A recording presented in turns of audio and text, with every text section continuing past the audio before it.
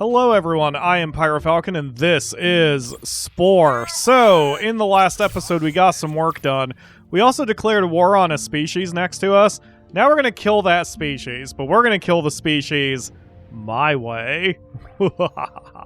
So, here's how we're gonna do this nonsense. We're gonna go over here. And first of all, I shouldn't destroy them. What I should do... Oh god, nope, never mind. We have to save a planet from an eco-disaster. Man, this colony that we made is not standing on its own very well. So occasionally you get random missions like this, and this one is to save it from an eco-disaster. And what that means is you have to take out diseased creatures quickly enough, and if you don't do this, then they will permanently lower the T-score of the planet, so you'd have to try to go through all that nonsense again to get it terraformed. So this is always important. Luckily I have my precision laser here to help me. Where is that thing? It's hard to see in the trees. Oh. Yeah, the nice thing is they make it relatively easy to spot the animal because they have the little goop trail, as you can see here. There we go. Okay, so recharge me. Can you trade? Nope. 300 for yellow spice and 225 for red spice. That's never worth it. Okay, we have prevented the ecological collapse. We still have our friend who's following us. So we're going to head over to the enemy homeworld. I think it's their homeworld. And we're about to have a little fun with them. Yes, they are a T3. So, because they are the enemy homeworld, they have 6 cities here. And that can be difficult to deal with. How do you deal with 6 cities? Well, you can spend an hour doing little tiny shooty pews and trying to very slowly work the planet's defenses down. Or you can take your atmospheric tools and destroy their T-score by calling in things like meteor storms and droughts. So you can see the arrow in the bottom corner. Well, never mind, because now I'm having to defend myself. Hold on a hot minute. But the T-score of the planet is dropping. Did I just die? Oh no, my ally died. Well, that's his fault. Alright.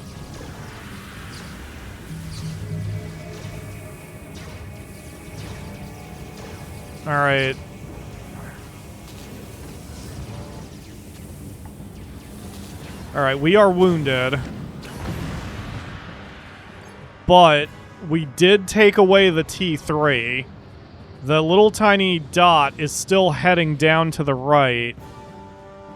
I hope I can get him down to a T1, because what that's doing is it's destroying cities too. They're down to... They still have 6 cities? That's surprising. Maybe once they drop down to a T1, they won't have that anymore. But yeah, we are basically eradicating trees and animals and life from this planet. Slowly.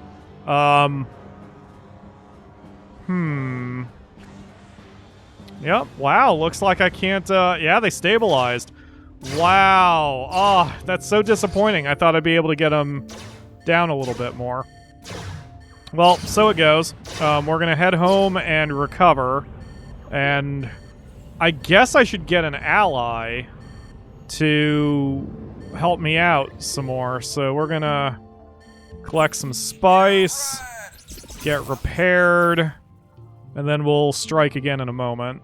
I'm actually conflicted here because although we could afford better weapons, the smarter play is to start getting the T-scores up of our other empires. So I'm going to check to see what the T-score is needed here in Ferbasa, because green is generally a high-value resource. Okay, so the dot is in the bottom left corner, which means I need to go up, which is to add atmosphere. And I need to go right, which is to add a temperature. So we're going to head to our allies and see if I can buy those tools. I guess I shouldn't have wasted those tools against my enemy down there. Like, that is still a very efficient way to wage war, but I thought I'd be able to take them out harder. Oh god, my allies don't even sell this stuff. Man, you guys suck. The best allies are traders because they wind up selling everything at a pretty low price. Because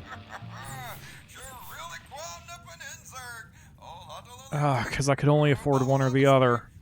Oh man. Alright, well, I guess I'm just going to have to keep doing hits and run against our enemy here until I get a little bit more cash. That's kind of unfortunate. Wait a minute. My work actually did work. I just had to leave and come back. They're down to only 2 cities now. They're very pissed off, but this is all they have left. They still have some defenses. I can't just... I can't just sit on my hands. They have turrets. Those turrets are shooting at me right now. However,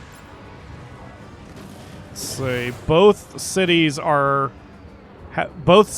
have maximum defense, so this is going to be a little rough. But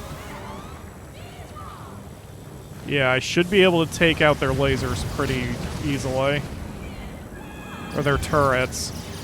Yep. We're going to have to do lots of hit and runs, unfortunately, because they still have a lot of ships. And one of the problems with the game, or not, it's how you just, your opinion of it. The enemy gets infinite ships, so if you leave to recharge, then when you come back, a lot of their ships are back, unfortunately. So you do get into a lot of this, where you make very nominal progress, leave, recharge, come back, make very nominal progress, and repeat. And it's a bit obnoxious, but, like, there's nothing else you can do, That's unfortunately the way the game is designed. So we're going to head down here again. We're going to start working on these turrets. And we're gonna eat some damage as a result, but their turrets will not come back. Oh, now one of our friendly planets is under attack. Alright, well, time to leave. Usually you don't have to get into space wars that are this back and forth. As we get more tools, we'll be able to take them out easier. If you can lower the T-score of a planet down to 0, then its turrets disappear as well. And that is what is so important, because if we can just get their turrets out of the way, then it becomes child's play to take out the planet. The only problem is, if you lower the T-score to 0, then you really can't capture the planet, or capturing it just isn't going to get you anything. However, I argue a scorched earth policy is sometimes easier. It's a hell of a lot more fun. So we need to save our allies. There we go. They didn't drop any cash, but that's fine. Oh, that one dropped cash.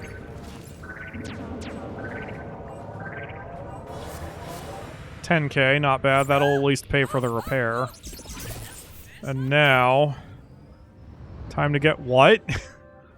I am not committing war crimes. I'm simply destroying a planet with an atmospheric sucker.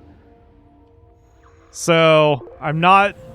It's more like causing an intentional environmental disaster. That's probably not against the Geneva Conventions. Besides, there is no Geneva Conventions. We are an alien race, or whatever. Alright, let's, Are there no turrets here? Oh god, yeah, there are turrets. Okay, let's get out from the middle of them. Hostile planet, hostile UFOs are attacking again. So, yeah, this is the hit and run.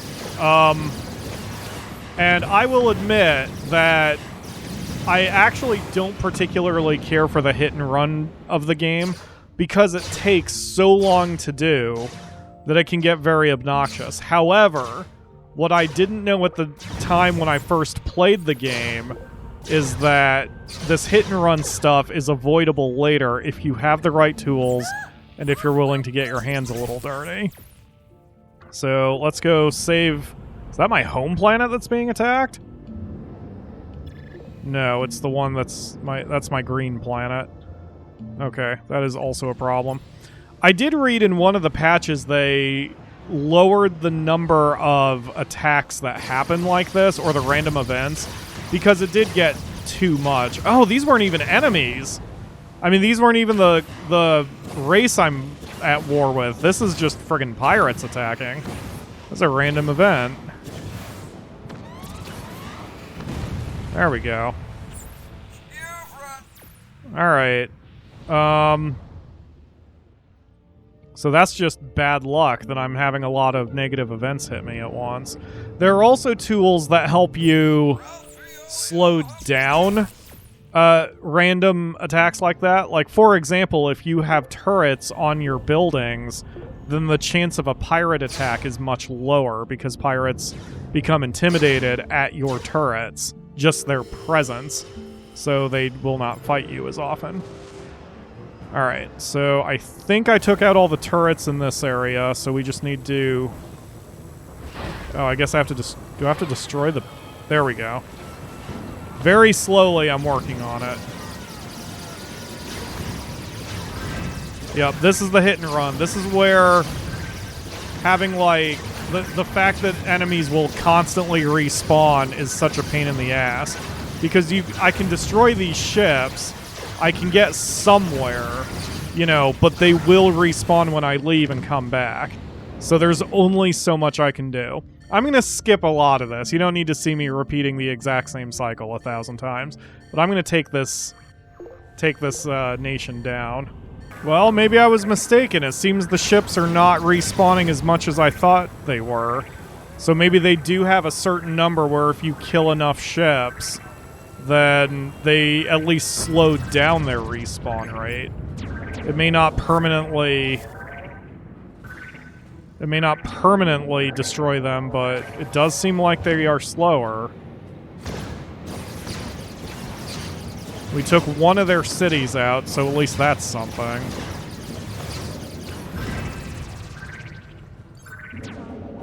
We are getting some cash out of the deal. Alright, so we're going to head over to the last city and try to start slowly working against their turrets. Yep, that's all I can do for now, because I'm out of energy.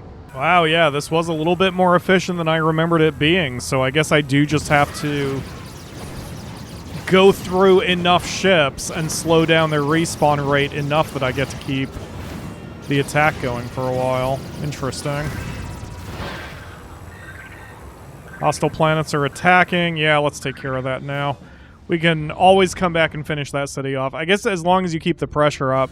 Maybe the spawn rate increases if you're dealing with a nation that has more, like, more planets under its control, maybe? I'm not sure. Hold on, planet. I need to recharge my energy before I help you, or I'm not going to have any weapons available. Alright, we have defended 5 friends from attack, so we've unlocked the Mega Proton Missile. Again, we can't afford it, but at least it's available for us to buy eventually. I'm going to need $600,000 at least to get the T-score of my one planet that's green, or that does green spice, to be even a T-score 1. It's going to be difficult, but a hot Pyro pro tip for you if you play this game yourself: you should always prioritizing doing terraforming, because eventually your reward for terraforming enough planets is to get terraforming tools that go off of your energy rather than being one-shot use items. You will save a ton of money that way, and you can terraform a lot more. So in the meantime, I'm just going to fight every ship that I see that tries to challenge me on this planet, because eventually I will win, even if this is going to take a hot minute to destroy every ship. Clearly it is slowing their spawn rate somehow. Or maybe I should say that they can only spawn ships so fast, and eventually I will win. Like that. Let's grab that cash. Okay. Ignore the tears of the enemies! There we go. Sometimes you have to murder a few random people before you can destroy the city. Okay, there we go. And no, Akamura, it's fine. And now we have wiped out this spacefaring civilization. It is gone. So now I can do whatever I want with the planets. That is a T2, so it's tempting. However, I prefer going to solar systems that have more planets to work with. And this planet here, I mean, this solar system has 4 planets, all with yellow spice, 2 of which are green planets, which are going to be easy to terraform. These are extremely good. They are extremely easy to do, and those are the most desired solar systems that you will want to get early. And I will show you why. It's just going to take us a hot minute to get there. So I just bought a colony pack. And we're going to head over here. We just need to put 1 down. Oh, good. Those are T1s. Oh, excellent. We can get started with spice production right away because they're T1 planets. Let's go over...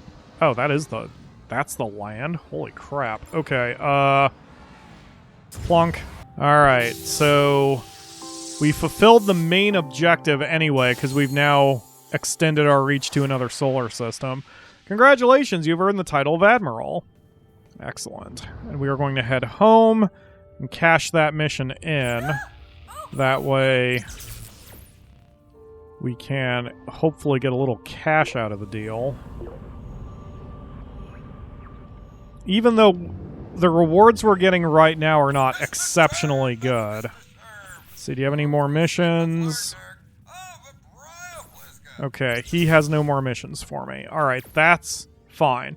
So, now that we have a bunch of red spice, the reason you want multiple planets, even within the same system, it's nicknamed a tax run. You just go around, collect spice, and even sell it among yourselves to see if you've got a good price. So here we go to our green planet. See, they're buying yellow spice for nearly 18,000 apiece. That's where the money is. And so we did that. Let's see if the other planet here that I'm having trouble clicking on. Okay, they have 5 yellow spice ready for us. Okay, they're buying the red for nearly 9,000. I'm going to take that deal for now, but that's a bad deal. Or that's not as good as it could be, I suppose. So now we're going to fly back here to the green, and we're going to sell the yellow spice again for 17,000 each. Now we have $600,000 to work with. So just like that, I'm going to double check this again. Yeah, we need to go up and to the right for the T score. So I'm going to head back to the home planet because my allies aren't selling the tools for some reason. And we're going to buy 2 atmosphere generators. Here. And we're going to buy 2 meteor showers, which is basically all my cash. But then we go back to the green planet, and this is very much a spend money to make money kind of thing. So we're going to execute the meteor shower and the atmosphere generator, and hopefully that will be enough to get us to T1. If not, that's fine. We now have extra tools to work with, but hopefully that gets us to T1. So in the course of this episode, you have seen me use terraforming for both evil and good. I mean, it's all good because it's for me, but you've seen me use terraforming to wipe out a species and also to help my own species, which is why terraforming is such an important part of the space game and what you should prioritize when you play it if you want to expand quickly. And I'm really hoping that dot gets to that first ring. Nope, it didn't quite make it. That's what I was worried about. Alright. But that's fine. We're gonna get that dot up there. And I am out of time for this episode, but I'm going to terraform this planet anyway. There we go. And the next time you... Okay. Alright, so we got raised terrain, level terrain, and lower terrain. That's not helpful for us. But the next time you see me... We'll do more adventures like this and keep saving up money and doing what we need to do to try to terraform more planets, because the more we terraform, the better it's going to be, and the more cash we're going to earn in the long run. So thank you all very much for watching. I will see you again tomorrow for another episode.